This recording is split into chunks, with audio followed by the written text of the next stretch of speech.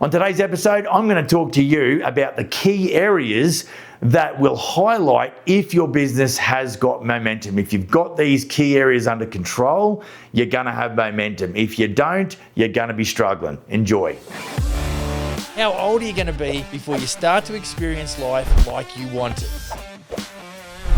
I want to tell you right now, whether you like it or not, there is a better way to do business. Hi everyone, welcome to the Business for Builders podcast. My name's Max, I'm your host. I'm the ambitious founder of EliteBusinessAdvisory.com, where we specialise in coaching for general contractors and residential home builders. It's great to have you in the house. If you're in podcast land, welcome. And if you're in YouTube land, it's good to see you. Just a bit of housekeeping. If you want to get hold of me, then you can hit me up on email, max@elitebusinessadvisory.com. And certainly we would love to sort of hear your comments. Don't forget, get across to the Business for Builders VIP on Facebook. Answer the 3 questions. If you're a good sort, I'll let you in. And, it's important that community starts to build around the members inside that group, because if you've got some skills and you've got some understanding, someone poses a question, I would love it if you could help out the group in that regard, so it's not just all about yours truly. Okay, like and subscribe, all that sort of good stuff. But look, today I want to bring to you obviously things that are of value, and sometimes they're checklists and sometimes they're more of a mindset, or a matter of you, the human. And so we want to today, as you can see on the board behind me there, we're going to talk about momentum. Now, you've heard me talk about momentum before, and the fact that momentum is hard to get and it's easy to lose, which doesn't sound fair, but it's just the way it is. It reminds me of, if momentum is the same as an aircraft, like I've done a few trips from Vancouver to Brisbane in the last few years, and a lot of the energy is used going from the standing start on the runway and getting to that altitude point of, say, 38 or 40,000 feet.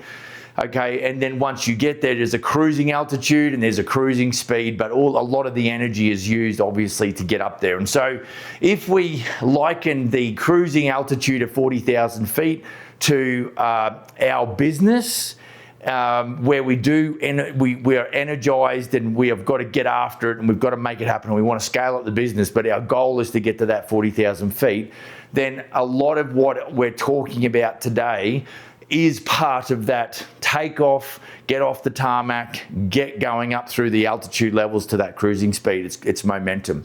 And I don't know that you can build the business that you want to build or create the business that you want to create without good momentum in your business. And of course, you don't want to be a flash in the pan either, where you've kind of had a good run and now things are starting to, fall apart. And odds on is, if you do get lucky enough, because it wasn't really, you didn't understand how you built the business, let's say, to a certain level, if the thing starts to go pear-shaped, you actually won't know what sticks to pull and what buttons to press and where to make the adjustments, or really analyze your business as to where the gaps might be, and therefore the business will decline. And that's the loss of momentum or loss of altitude. Like, I've got a mate who is a pilot for WestJet, and he says to me, the 3 things that you need is as a pilot in the event of an emergency, he said, you need airspeed, you need altitude, and you need a bloody good idea. Right. And so, for us as business owners, in the event we've got some level of altitude and we start to feel the aircraft starting or the business starting to decline and lose altitude, there's only so much time that we've got to make some adjustments, and then we run out of altitude or we run out of cash and the business passes away. So when we're focused on momentum, so here's a couple of things I'm going to quickly write on the board, and then we're going to get stuck into them and start chatting, about that. So a couple of key areas. The first one here is going to be cash flow, obviously, and that could be likened to, airspeed, let's say. And then obviously the next one is operational. So I'm just going to go ops efficiency. Next one here is lead generation. And we're going to run through all of these in a little bit more detail here, but I thought I'd just get the list out of the way so I can get cracking. Now we're going to put team here. more importantly, alignment. And it's anyone can build a team, but it's about building a winning team. And then obviously client satisfaction. And then we might come back to just some takeaways at the back end there. So, okay, so let's talk about the first one. Consistent cash flow and profitability. So what does that look like in your business? Now, I think when I talk about momentum, in the first place we go is cash flow. I think that really in brackets, if you are to get cash flow, you've really got to know your numbers. Right? And the reason is because you can have cash flow, which is a little bit of a vanity metric more so than it is. It's like, oh yeah, we did $2 million. Well, how much net profit did you make? So I think you've got to create cash flow, but you've also, in brackets, you've really got to know what cash flow represents positive equity in the business rather than negative equity. And so what I'm seeing, I don't know what you're seeing, but I'm seeing a lot of guys in the industry that I'm competing against in my marketplace. And I often wonder, when I lose a job, and maybe this will align with your thinking as well, when I lose a job, I often ask myself, because the client, a lot of the time, I had one just recently that said, oh, Max, we think your quote is too high. So someone else, another general contractor, has gone in there and obviously undercut me. Now, I always ask the client, I said, I will just make the comment, a little bit of a side dig, and I say, I wonder what they missed. Okay? And so the problem with that is if you're not analysing the business, then you don't know what your minimum standard is as far as when you're pricing jobs. So for me, knowing that, I put in a management fee as a line item, and I calculate the number of days that I think that job's going to take, and then the amount of management, that I think it's going to need, and I put a 12% markup, which is a little bit different. It's a little bit more in-depth approach. It's a little bit maybe more risky rather than just putting a straight 43% markup on, a small renovation project. But what it does is it to me, that's me knowing my numbers. If I've got 2 jobs on the go at once, which is what happens most of the time, minimum, you'll have probably a $250 a day or $350 a day management fee for the number of days allotted. So this next job, the big job that we've got coming up, I think I've got 160 days in there, okay? And so knowing your numbers, so getting cash flow, of course, is important. Steady income from ongoing projects, minimal downtime between jobs. So we're talking about what does it feel like, Max, to have momentum in my business? And so this is what it is. So what it feels like, so what it looks like is the steady income. What it feels like is there's no more worrying about cash flow issues because you've got regular payments coming in from projects. You can predict income and make strategic financial decisions with confidence. And so, I think when you're trying to get to that altitude, you're in expansion mode, but sometimes you've got to be satisfied to be in that state of consolidation. I think it's very prudent to maybe just stop for a moment and look around and go, am I satisfied with the foundation that I've built or that I'm building? Am I satisfied that I can put a large or a tall building on top of this? Okay, so why it matters, momentum matters. Momentum is built on financial stability. So that's really the important factor. When cash flow is steady, you're able to reinvest in your business and then grow it with confidence, okay? Making it easier to maintain your operations without constant stress. Even though Alex Hormozy says he lives in a constant state of challenge, which I think we would all, agree with that. We need to be able to just sort of, get some time in for our own, clarity and make sure that we've got our head on straight. Right, second key point. What does it look like, when we're talking about momentum? What does my business look like when I've got momentum? Streamline operations and project timelines. Okay, so what does that look like? Projects are moving forward according to plan with minimal delays. Okay, your team is aligned, supplies are reliable, and you're able to handle unexpected challenges. Okay, so then what does it feel like to you as a business owner who's got momentum as it relates to streamline operations, reduce chaos? And we always talk about moving from that state of chaos. Chaos is a natural byproduct of lack of control, and disorder. So if you've got disorder, odds on is you've got chaos. If you've got chaos, you're gonna be in a state of disorder. Now, control, when we want to move out of that chaotic zone and move into a control zone, control is a natural byproduct of order. Systems and order. That's, systems will create order within your business. So you can delegate tasks confidently, knowing that your systems are in place and your team knows their roles. Now, the organizational chart is something that, we like to build as we go through the business development phase. And the reason is because I know that whenever I do an org chart with a new client, more often than not, whether it's formally or informally, we're talking about different aspects of the business. Normally the business owner is wearing a lot, if not all of the hats. And so at that level, what we're trying to do is if we are going to get momentum in our business, we're not really and really get that 40,000 feet, then you're not going to do that by yourself. You've got to incorporate some team, right? So if you are going to incorporate team, that means you buy back your time. And if you're going to buy back your time, then that does create, it's a great idea. However, if you're not systemized in your approach, you won't ever get momentum because you'll just get off the ground and back down because you've got to go and do everything. So I've talked about it before. Business partnership is a challenge. But for us right now, it has its benefits because we've got very separate roles actually, and that's what gives us the leverage. And of course, we're expanding into Nanaimo as well because of the org chart and then the remuneration, or how we go about splitting up the profits. That really helps as well. Okay.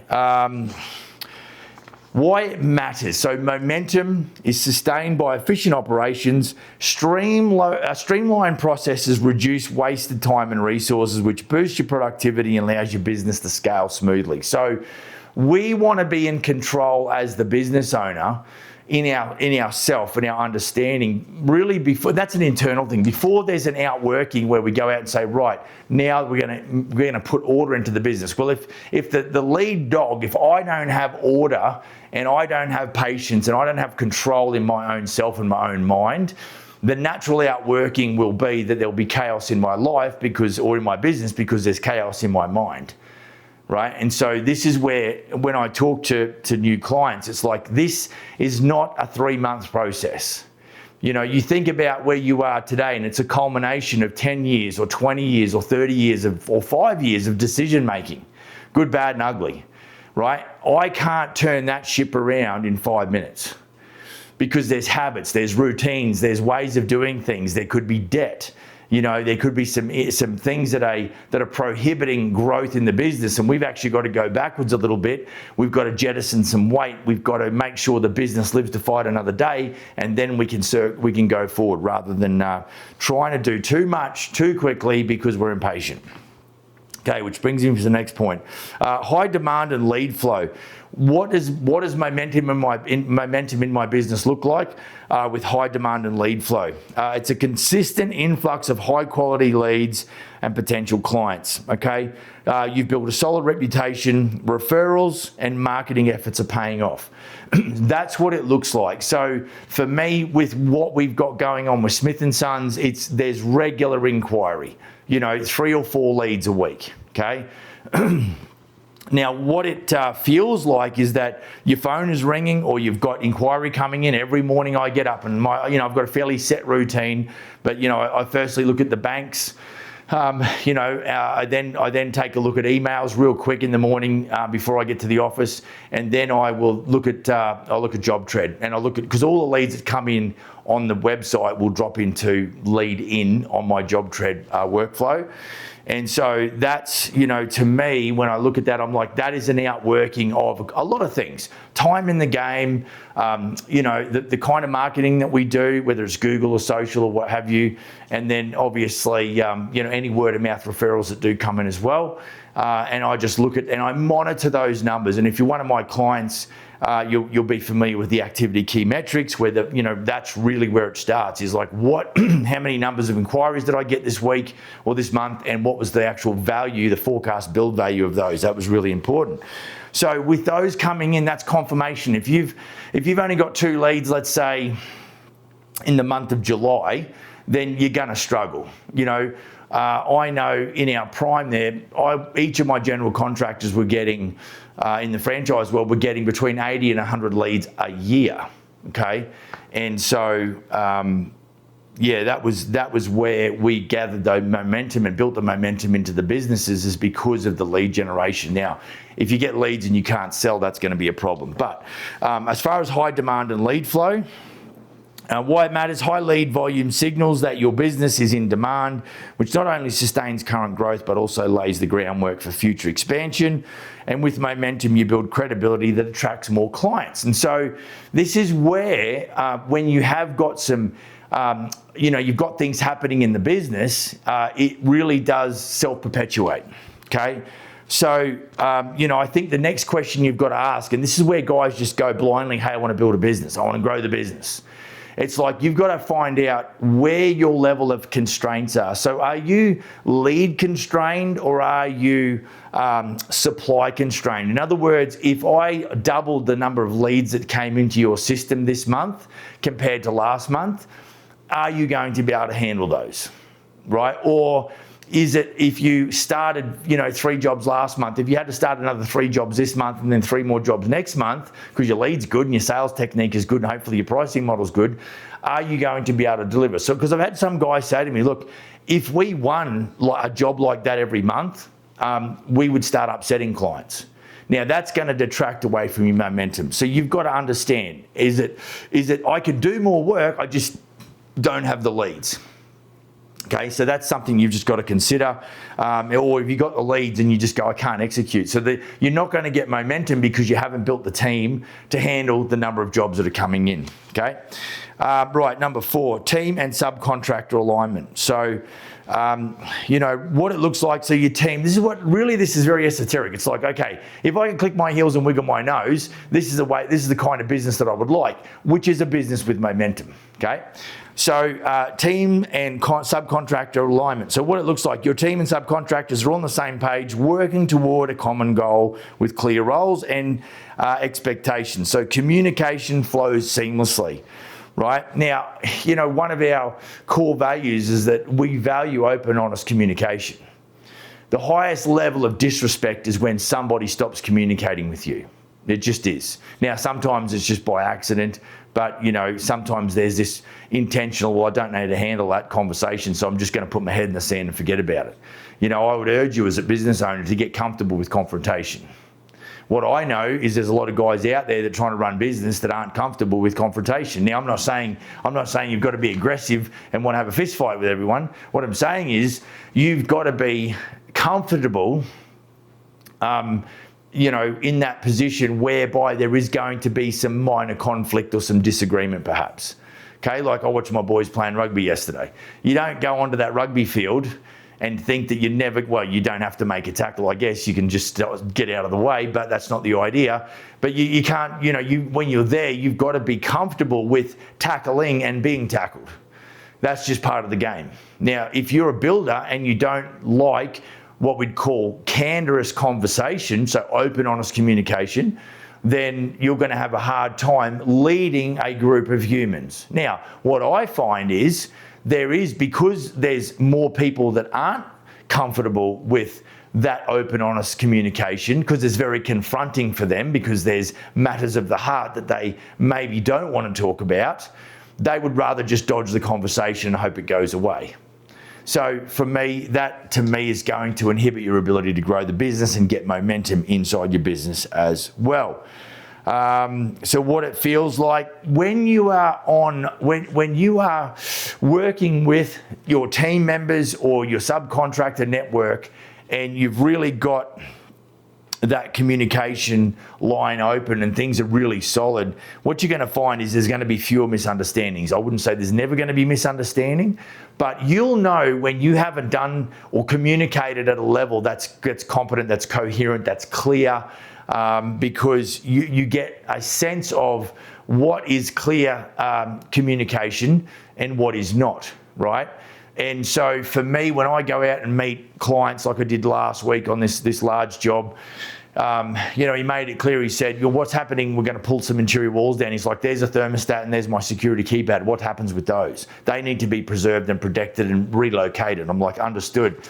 And so, obviously I'm big on, JobTread. This client is kind of not wanting to work digitally over there for whatever reason. But what I sent him a text on Saturday morning. I said, tell you what, anything that needs my attention, I said, what I need you to do is take a photo and give me those specific instructions on a text message. I will then upload them to my portal and I will put together a pre-demolition checklist for my team. And he loved that. See, so what I've done is I've gone out there and I've listened to his concern, and then a day later I've like, how am I going to remedy this? Well, he's not going to go and do that on the portal, so I'm going to have to, do the double handling. However, that puts his concern at rest. And I think that's where that open, honest communication, I'm making it blissfully clear that there won't be any confusion. That I'm not saying that it's a perfect world because we make mistakes, but I'm doing everything that I can to ensure that information is transmitted to me, through me, to my team on site. Because the last thing we want is the finger pointing. Now, it's easier for me, if there's a cock up and something happens and it costs us $1,000, what we'll do is I will cop that in the chin. That's my fault. It doesn't matter what happened. It's my fault. And then what I then do is, because I own the problem and I own I took responsibility, what happens then is I get the opportunity and I own the ability to be able to create a solution. So it's next time, this is what's going to happen. I copped it in the mouth. This is why it got done that way. This is how we're going to avoid it. That kind of communication. Now, what that interaction does, it sorts out those that are going to cooperate and collaborate and those that are not, okay? So that you need that strong sense of teamwork and ownership, because if that's who you are as a person, that's who I am as a person. I've dealt with some really, slimy, dishonest, cowardly individuals, and there's a misalignment. So I can't expect them to keep up with me and go in the same direction because they've got a different way of doing business that doesn't align, right? So it's important that we have that team and subcontractor alignment. When it works, and you can feel it and you go, this is really good. So that's what it feels like to have momentum in your business as it relates to team and subcontractors. And, I think momentum thrives on strong team collaboration. And this is what it's called for. It's like, I'm not the know-it-all guy. I want to know, I need that feedback from my team on site, whether it's a sub or whether it's a team member. I need to understand what challenges they're facing and how do we communicate quickly and to the point, and how quickly can I remedy or bring a cure to that situation? Like, where's the gap? Right. When the team is aligned, projects run smoothly and businesses can scale without compromising quality or communication. Okay. This is my last point number 5 here. Positive client feedback and reputation building, what it looks like. Positive reviews, client testimonials, and repeat business. Right, so go and have a look at smithandsons.ca. It's got 20 plus video testimonials. They do so much heavy lifting. Now, not all that doesn't guarantee us, but what we're looking at trying to do is to create a competitive advantage. So I lose a job to a client 5 minutes from the office, but I win a job that's across the other side of the lake that's a 48-minute drive, but that client lives 12-hour drive away. So, and they're spending 10 times the money that client would have. And yet it was an easier deal to do. So if you get yourself a $500,000 or $1 million or $2 million client, the work that you've done to really portray the level of client satisfaction that your clients enjoy, I think it's easier to win the bigger jobs because people that spend more money, more often than not every time, it's not, completely predictable, but those folks tend to be more diligent around the human they're dealing with, not so much the cheapest price. And so, this is why we talk about defining our preferred client profile. So really that's, to me, that's a super important point, because it's those positive reviews. See, when people come to you and I as builders, they should be in a position where they're 80, 90% ready to buy. I mean, it's funny because that client I was just made mention of, who's 5 minutes from the office, you go there and I meet her on Monday, and then on Wednesday at lunchtime, or was it Thursday lunchtime, so we're talking 3 days after the meeting, she's like, I've got a contractor starting tomorrow. I'm like, I didn't even give you a quote. I gave you an educated sort of guess around what I think, 95 to 120. And she's, so when that client is all about speed and this guy comes in and he gives me an indication at 50 or 60, well, for 25 or 30 grand, whatever that differential was, the video testimonials didn't make any sense. It didn't do any of the heavy lifting.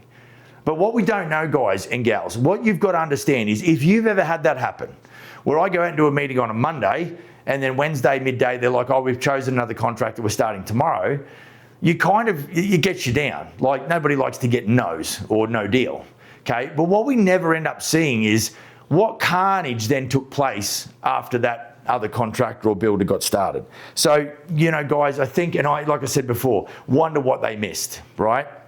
So what does it feel like? Client satisfaction is at the forefront of every job, including the warranty period, which I think we talked on about a couple of episodes ago. If you're receiving compliments and seeing your reputation grow, leading to more work without needing heavy marketing efforts. That's where you're going to get the momentum. So like I say, momentum is hard to get, easy to lose. And so, I think when you've built the business the right way, your understanding and appreciation for momentum, because it's an intangible. You go, have I got momentum or have I not? We actually, a lot of the time, we're like, I don't know if I've got momentum. It kind of feels good. What I find is that some businesses outgrow their business owners, because the business owners had a business that's done $500,000 for the longest time, and now all of a sudden it's doing 1.7, and they've got team and they've got office infrastructure, and the emotional bandwidth on that business owner hasn't been able to grow as fast as what the business did, and then the thing explodes, and I've seen it happen.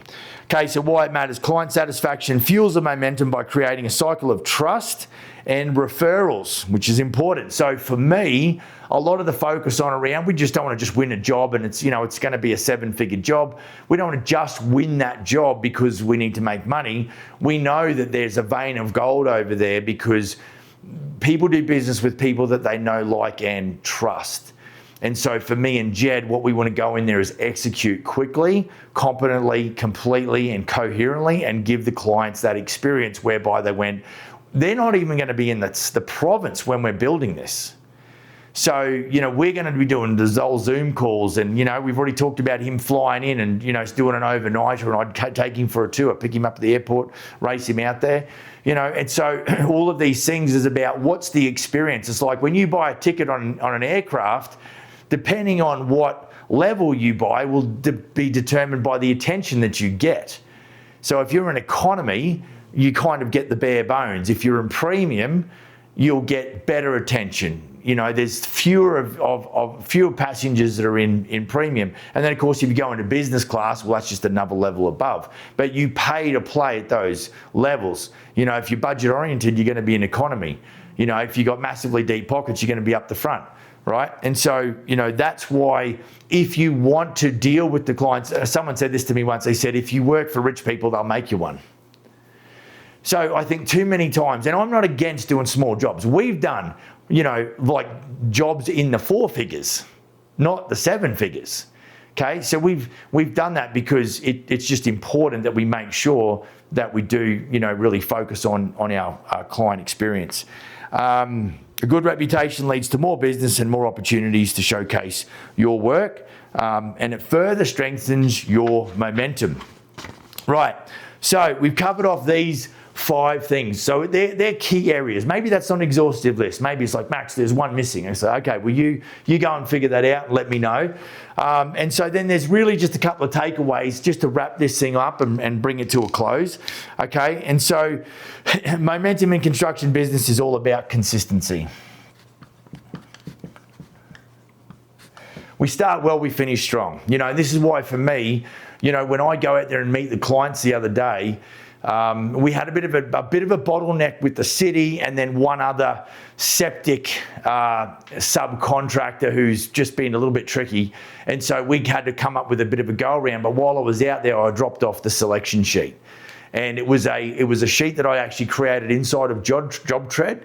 And it was about 42 pages in about font 6 or 8. It was quite tiny. And I had to run, and then I also went out there with a full set of, depending on where you're from, 1117 or A3 plan set. And I showed him how I built the selection sheet, okay, in accordance with the layout of the plan. So this thing's facing east-west, it's a rectangular shape. So I said, I'm going from the north end to the south end of that home on both the main floor and also on the second story. And I'm going from left to right. So I went kitchen, dining, foyer or entry, living area, staircase, master bedroom, and then garage, foyer. And then, you know, we just sort of going, so the client gets some understanding because there's a lot of repetition, okay? But what I'm trying to demonstrate, because I know we'll do a good job in construction, because I, you know, trust Jed and Jacob to execute at the highest level. But what I want to do is I know they're going to get that in the construction phase. So I want to start well. I want to show them a level of competency where they go, wow, this guy pays attention to the detail. That's why when I woke up Saturday morning after meeting them on the Friday or the Thursday, I'm like, that's how we're going to get this. Because I'm trying to bridge the gap between the homeowner, their concerns and their queries and their questions, and my digital storage system, you know, my project management system, okay? So I've got to be, you know, I've got to be on top of it and make sure that, you know, obviously the communication lines are open. Okay, the next thing there, obviously, so consistency in operations, and then we need reliable cash flow. You know, if you've got inconsistency in your forecasts, and I do this with a lot of my EBA clients, my builders, is that we look at, you get the activity key metrics, and on that there's another sheet that is a cash flow forecast. Okay, and then there's a project start schedule. So those three things, they really tie together, and what that helps is create reliable cash flow. Okay, and then obviously what we're talking about here is reputation. Because we're about to, you know, the big job that we're going to sign, that came off the back of a referral that is in Edmonton. So the reputation that probably me, because I don't know that the referrer knew that I was in partnership. They just knew me, and I'm in this location, so I was able to jump on it. But it's the reputation that I had that got me the contact. Now I still had to liaise with the client and win their trust and all that sort of stuff to go with it. And so it wasn't a guarantee, but the reputation is definitely a lot around what you do, and that happens face to face, but it also happens digitally as well. So you know, it's really important that, you know, you do understand the key areas that you've got to focus on to build momentum, what it looks like to have momentum, what it feels like to have momentum, and why it matters, okay? And like I said, that's maybe not an exhaustive list, but that's a good starting point. So if you got any questions, hit me up on email, drop the comments below.